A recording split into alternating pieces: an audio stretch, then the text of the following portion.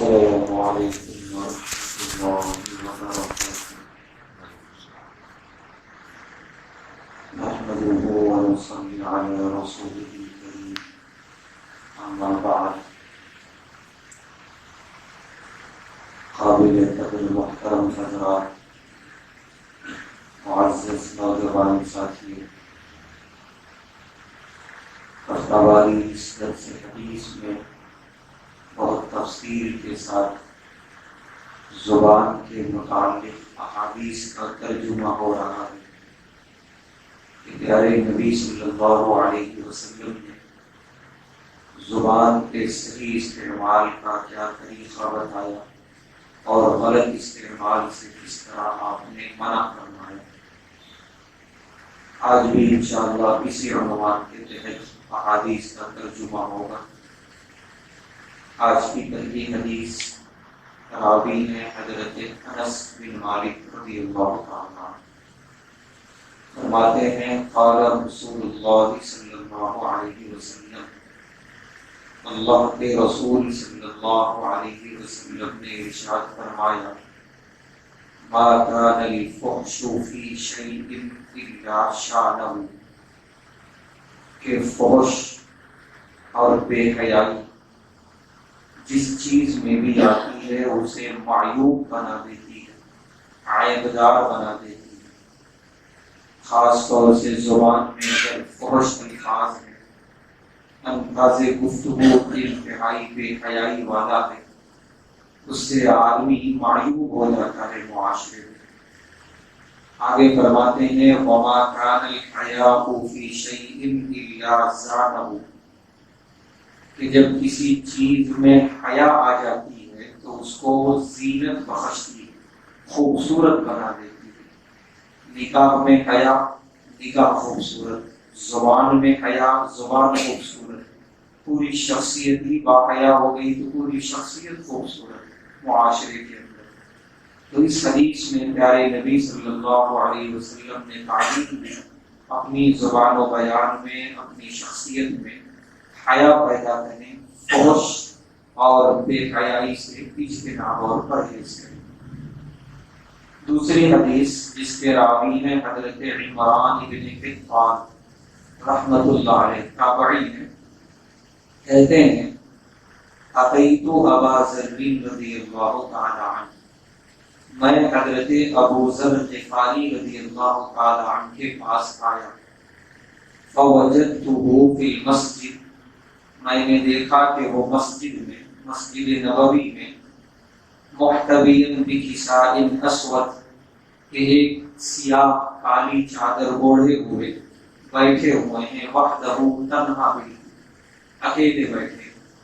یہ حضرت ابو ذر غفاری رضی اللہ تعالیٰ عنہ کا مزاج تھا، تنہائی پسند۔ یہ زیادہ لوگوں میں وقت نہیں دیا کرتے تھے، ہاں ضرورت کے وقت ملتے تھے لوگوں سے، مسجد نبوی میں سب سے ملاقاتیں ہوتی تھی، لیکن عموماً جو خالی وقت ہوتا تھا تنہائی میں گزارتے تھے۔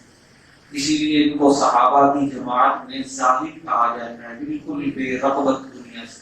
ویسے سارے صحابہ الحمدللہ دنیا سے بے رغبت تھے، لیکن ان کے اندر خاص طور سے بہت بے رغبتی تھی۔ اسی لیے پیارے نبی صلی اللہ علیہ وسلم نے شاید اپنی نبوت کی نگاہ سے دیکھ لیا تھا، ان کو جتنی نصیحتیں فرمائی ہیں سب اسی طرح کی، دنیا سے بے رغبتی، حرام سے اجتناب، اور صرف آخرت ہی اور آخرت کی فکر۔ خاص طور سے جتنی نصیحتیں پیارے نبی صلی اللہ علیہ وسلم نے فرمائی اس میں یہ چیز صاف نظر آتی ہے۔ ویسے یہ پیارے نبی صلی اللہ علیہ وسلم کا خاص امتیاز ہے کہ آپ نے جتنی نصیحتیں فرمائی ہیں صحابہ کو، وہ صحابی کے مزاج سے، آپ مزاج پڑھتے تھے اس کے مطابق نصیحتیں فرماتے تھے۔ حضرت ابو ذر غفاری رضی اللہ تعالیٰ عنہ کے مزاج میں بھی یہی تھا، وہ زیادہ خالی اوقات میں تنہائی اختیار کرنا۔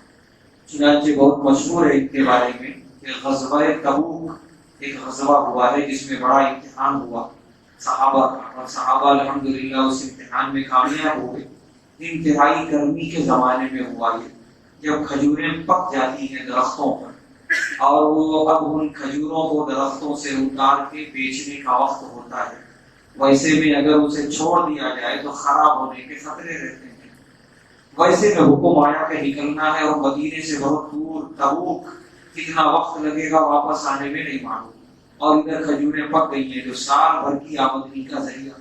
بڑا امتحان تھا صحابہ کا، لیکن الحمدللہ سارے صحابہ نے خوب جو ہے جانی ساری کا ثبوت دیا اور سارے کے سارے نکلے۔ حضرت ابو ذر غفاری، اچھا اسی غزوے میں امتحان ہو گیا تھا حضرت کعب بن مالک رضی اللہ تعالیٰ عنہ کا، وہ نکلنے میں تاخیر کر دی یہاں تک کہ واپس آنے کا وقت ہو گیا۔ 40 دن ان کا امتحان چلا۔ پیارے نبی صلی اللہ علیہ وسلم اور صحابہ صرف سلام کا جواب دیتے تھے، اس سے زیادہ گفتگو نہیں ہوتی تھی، وہ بڑی تفصیل ہے۔ 40 دن کے بعد اللہ نے ان کی توبہ قبول کی اور سورہ توبہ میں ان کی توبہ اللہ نے نازل فرمائی۔ اسی میں حضرت ابو ذر غفاری رضی اللہ تعالیٰ کی کچھ طبیعت ناساز تھی۔ انہوں نے سوچا کہ جیسی طبیعت میری صحیح ہوگی، تیز رفتار میری سواری ہے، میں چلا جاؤں گا۔ طبیعت صحیح ہوئی، اتفاق سے ان کی سواری جو ہے انتہائی لاغر اور کمزور، چلنے کے لائق نہیں۔ بہت پریشان ہو گئے حضرت ابو ذر غفاری رضی اللہ تعالیٰ عنہ، کیا ہوگا؟ اور اس زمانے میں غزوے میں شریک نہ ہونے کا مطلب منافق شریک نہیں ہوتے تھے۔ چنانچہ صحابہ فرماتے ہیں کہ ہم لوگ تو نکلے پیارے نبی صلی اللہ علیہ وسلم کی خدمت میں۔ پیارے نبی صلی اللہ علیہ وسلم سفر میں بارہا فرماتے ابو ذر ایسے نہیں ہے۔ ابو ذر کی یاد آتی، خیال آتا، اور پھر فرماتے نہیں، نفاق ان کے اندر نہیں ہے۔ کیا وجہ ہے کہ ابھی تک نہیں ہے؟ حضرت ابو ذر غفاری رضی اللہ تعالیٰ عنہ نے پورا توشہ تیار کیا اور پوری بڑی ایک پوٹلی بنائی، گٹھری کندھے پہ رکھا، پیدل نکل گئے تبوک کے راستے۔ عزم، استقلال، بس چلے جا رہے ہیں۔ ایک مقام پہ پیارے نبی صلی اللہ علیہ وسلم نے پڑاؤ ڈالا، خیمہ زن ہوئے کہ رکیں گے۔ جو سفر میں ہوتا ہے عام طور پہ چلتے چلتے تھک جاتے ہیں، خیمہ لگاتے ہیں، رکتے ہیں، بیٹھتے ہیں، کھاتے ہیں، پیتے ہیں، آرام کرتے ہیں۔ تو ایک جگہ خیمہ زن ہوئے تو دور سے صحرا میں کوئی آتا ہوا نظر آیا۔ پیارے نبی صلی اللہ علیہ وسلم مسکرائے، فرمایا ابو ذر آ رہے ہیں۔ صحابہ نے دیکھا کہ ابھی ہم پہچان نہیں پا رہے تھے، اور پیارے نبی صلی اللہ علیہ وسلم نے پیشن گوئی فرما دی، ابو ذر ہیں۔ آپ نے فرمایا تنہا آ رہے ہیں، تنہا دنیا سے جائیں گے، تنہا آخرت میں اٹھائے جائیں گے۔ یہ پیشن گوئی پیارے نبی صلی اللہ علیہ وسلم نے فرمایا۔ خیر اس وقت تو وہ آئے اور صحابہ کے ساتھ مل گئے۔ چنانچہ جب وہ دنیا سے گئے ہیں، مدینے سے بالکل مدینے کی جو سرحد تھی اس زمانے میں، اس سے بھی باہر انہوں نے اپنا مکان بنایا تھا، اپنی اہلیہ کے ساتھ وہیں رہتے تھے، اولاد نہیں تھی، وہیں رہتے تھے، وہیں ان کا انتقال ہوا۔ وہ صرف نماز وغیرہ کے لیے مسجد نبوی تشریف لاتے، صحابہ سے ملاقات ہوتی تو معلوم ہوتا۔ اب اتنی دور انتقال ہوا، انتقال کے وقت صحابہ کو اطلاع نہیں۔ حضرت عبداللہ بن مسعود رضی اللہ تعالیٰ عنہ ایک چھوٹے سے قافلے کو لے کر گزر رہے تھے، کوئی نسوانی آواز آئی کہ میرے شوہر کا انتقال ہو گیا، کوئی آؤ۔ حضرت عبداللہ بن مسعود رضی اللہ تعالیٰ عنہ فرماتے ہیں گھر میں گیا تو بے تحاشا میری آنکھ میں آنسو کہ پیارے نبی صلی اللہ علیہ وسلم نے جو پیشن گوئی فرمائی تھی تنہا جائے گا دنیا سے، آج بالکل تنہا اس کی روح قبض ہو گئی۔ اس کے بعد وہاں نماز جنازہ ہوئی اور وہیں پر جو ہے ان کی تدفین عمل میں، اور کل میدان آخرت میں وہ تنہا اٹھیں گے، وہاں آس پاس کسی دوسرے کی خبر نہیں۔ دیگر صحابہ اور بڑے جنت البقیع وغیرہ سے اور قبرستانوں سے اٹھیں گے، لیکن تنہا حضرت ابو ذر غفاری رضی اللہ تعالیٰ عنہ وہاں سے اٹھ کے میدان آخرت میں تشریف لے جائیں گے۔ تو یہ پیارے نبی صلی اللہ علیہ وسلم کی ایک پیشن گوئی تھی، اور یہ پیشن گوئی کے حساب سے ان کو، یہ پیشن گوئی ان کے مزاج کے حساب سے، ان کا مزاج تنہائی پسند تھا۔ تو حضرت ابو ذر غفاری رضی اللہ تعالیٰ عنہ کے بارے میں یہ حدیث کہ کہتے ہیں کہ وہ مسجد نبوی میں سیاہ چادر اپنی پشت پہ ڈالے ہوئے بیٹھے تھے، تو حضرت عمران بن حطان جو تابعی ہیں وہ آئے اور کہنے لگے یا ابا ذر ما هذه الوحدہ، اے ابو ذر غفاری رضی اللہ تعالیٰ عنہ تنہا بیٹھے ہیں، کیا بات ہے؟ فقال، تو کہتے ہیں حضرت ابو ذر غفاری رضی اللہ تعالیٰ عنہ سمعت رسول اللہ صلی اللہ علیہ وسلم یقول، میں نے اللہ کے رسول صلی اللہ علیہ وسلم کو یہ ارشاد فرماتے ہوئے سنا، الوحدۃ خیر من جلیس السوء، کہ برے دوست سے بہتر ہے تنہا بیٹھ جاؤ، والجلیس الصالح خیر من الوحدہ، ہاں کوئی صالح اور نیک دوست ملے تو بھی تنہائی سے بہتر ہے کہ اس دوست کے ساتھ بیٹھا جائے، وَإِمْلَاءُ الْخَيْرِ خَيْرٌ مِنَ السُّكُوتِ وَالسُّكُوتُ خَيْرٌ مِنْ إِمْلَاءِ الشَّرِّ، اور اچھی بات خیر کی بات بولنا یہ بہتر ہے خاموش رہنے سے۔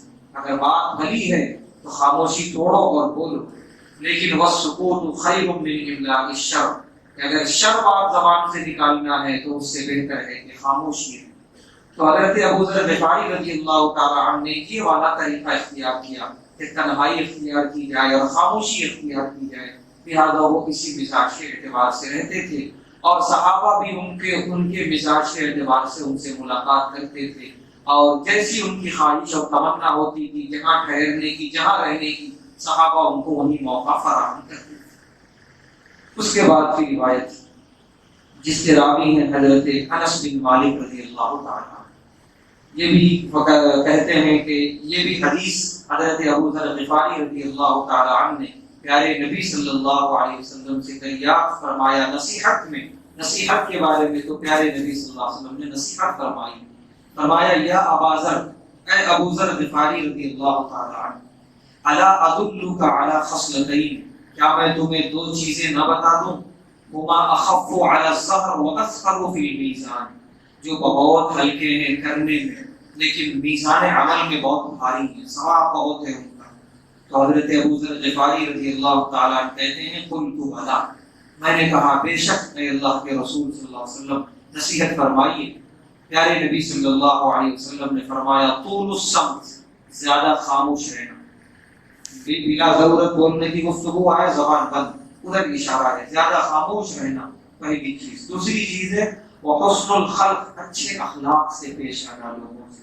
پھر آگے آپ نے فرمایا والذی نفسی بیدہ، قسم ہے اس ذات کی جس کے قبضے میں میرا نفس ہے، ما عمل الخلائق بمثلہما، کہ ایسا اس جیسا عمل مخلوق کر نہیں سکتی، کہ یہ دو عمل جو لے کے چلا گیا اللہ کے دربار میں کوئی دوسرے اعمال اس کا مقابلہ کر نہیں سکتے، ایک زیادہ خاموشی اور دوسرا ہے اچھے اخلاق۔ زیادہ خاموشی میں یاد رکھیں اسلام بالکل گونگا ہونے کی تعلیم نہیں دیتا، بلا ضرورت جو گفتگو ہے، آدمی جو صبح سے شام تک گفتگو کرتا ہے اس میں وہ محاسبہ کر لے کتنی ضرورت کی گفتگو ہے اور کتنی بلا ضرورت سے اپنی زبان بند کر لے اور ضرورت کے تحت ہی وہ گفتگو کرے۔ دوسری چیز ہے اچھے اخلاق، حسن خلق، یہ دو چیزیں جو اللہ کے دربار میں لے کے پہنچا اس کا میزان عمل بھی انشاءاللہ بہت وزندار اور بھاری ہو۔ آج کی آخری روایت راوی ہیں حضرت ابو سعید خدری رضی اللہ تعالیٰ اور حضرت جابر رضی اللہ تعالیٰ، دونوں صحابی رسول فرماتے ہیں قال رسول اللہ صلی اللہ علیہ وسلم، اللہ کے رسول صلی اللہ علیہ وسلم نے ارشاد فرمایا الغیبۃ اشد من الزنا، کہ غیبت کرنا زنا سے زیادہ برا گناہ ہے۔ قالوا، صحابہ نے فرمایا یا رسول اللہ، اے اللہ کے رسول صلی اللہ علیہ وسلم، وَكَيْفَ الْغِيبَةُ أَشَدُّ مِنَ الزِّنَا، آخر یہ کیسے، کہ ظاہر سی بات ہے بے حیائی بدکاری یہ بہت بری سمجھی جاتی ہے، اور غیبت آدمی یوں زبان سے بولتا ہے نکل جاتا ہے، نہ بولنے والے کو پرواہ نہ سننے والے کو پرواہ، پھر بھی یہ اس پر اتنا بھاری کیوں ہے یہ گناہ؟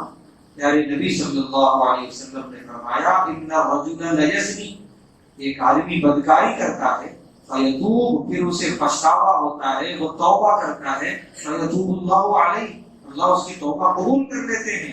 وَإِنَّ الرَّجُلَ وَإِنَّ صَاحِبَ الْغِيبَةِ، اور ایک وہ بندہ ہے جو غیبت کرتا ہے لا یغفر لہ، توبہ کرنے پر بھی اس کی مغفرت نہیں ہوتی، حتیٰ یغفرها لہ صاحبہ، جب تک کہ وہ صاحب اسے معاف نہ کر دے جس کی غیبت کیا۔ اب نہ جانے وہ صاحب کون ہے، کہاں ہے، زندہ ہے یا چلا گیا دنیا سے، اگر معافی مانگنے جاؤ تو معاف کرے گا کہ نہیں کرے گا، یہ ساری رکاوٹیں ہیں۔ تو لہذا ان تمام رکاوٹوں کی وجہ سے اس کا ہزار پچھتاوا بیکار ہے، اللہ کے دربار میں گناہ معاف ہونے والا نہیں، اور ادھر بدکاری جیسا بدترین گناہ کیا اور اللہ کے دربار میں دو آنسو بہائے، اللہ معاف کرنے کو تیار ہے۔ تو یہ چیز ہے کہ غیبت سخت ہے کیونکہ اس کی معافی کی راہیں بڑی مشکل ہیں، اور دوسرے گناہوں کی راہیں، معافی کی راہیں آسان ہیں، اسی لیے ہمیں اس طرح کے زبان کے گناہوں سے، چغلیوں سے، غیبتوں سے پرہیز کرنا چاہیے۔